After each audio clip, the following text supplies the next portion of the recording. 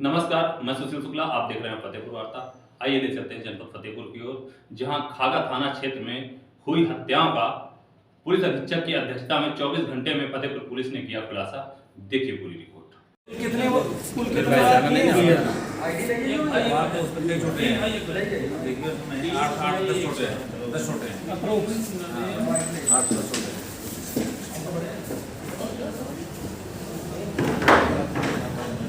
चेहरे में एसिड डाला था क्या? कुछ जगह एसिड डालते हैं।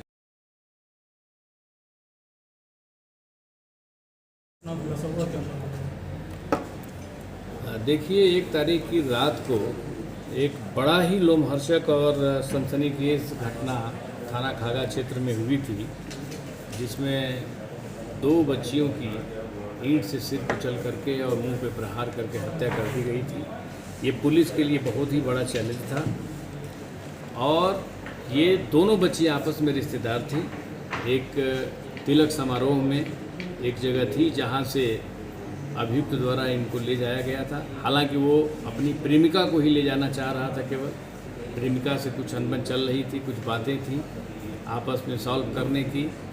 तो इसी के तहत इनको कि खागा में हम ढाबे पे चलेंगे, भोजन करेंगे, लेकिन उस प्रेमिका को भी इस बात का भय था कहीं हमारे साथ ये कोई बात न कर दे, तो अपनी रिश्तेदार की 16 वर्षीय लड़की को भी साथ लेके गई। ले जाने के बाद इसने रोड के किनारे बाइक खड़ी करके, जो मंदबुद्धि लड़की थी उसको खड़ी करके अपनी प्रेमिका से कहा कि आओ हम 2 मिनट बात करते हैं।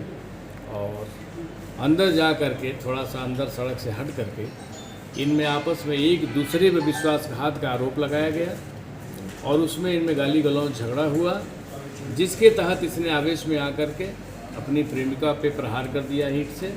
और जब वो चिल्लाई तो मंदबुद्धि बच्ची जो थी, कम बुद्धि की थी, ये अपनी मौसी की तरफ से, मौसी कहती थी, मौसी मौसी कहकर उसकी तरफ दौड़ गई। जब ये उधर दौड़ के गई तो उसी प्रक्रिया के तहत, जैसे पहले इसने हत्या किया था, ईंट से ही प्रहार करके इसकी भी हत्या कर दी। और इसके बाद फिर ये अपने कौसाम्बी चला गया, अपने गांव चला गया। उसकी बाइक बरामद कर ली गई है। प्रेम प्रसंग का मामला है। 1.5 साल से आपस में इन लोगों का प्रेम प्रसंग था। खूब बातचीत होती है, जो CDR से स्वतः सिद्ध है। लड़की का कहना था ये हमारे साथ विश्वासघात कर रहा है, कहीं और बात करता है। उसका कहना था कि ये लखनऊ के किसी लड़के से बात करती है। आपस में दोनों पर शक था और दूसरे पे अविश्वास करने लगे। इधर अभियुक्त का कहना था, दिवांशु का, कि लड़की हम पे दबाव भी बना रही थी कि शादी करो।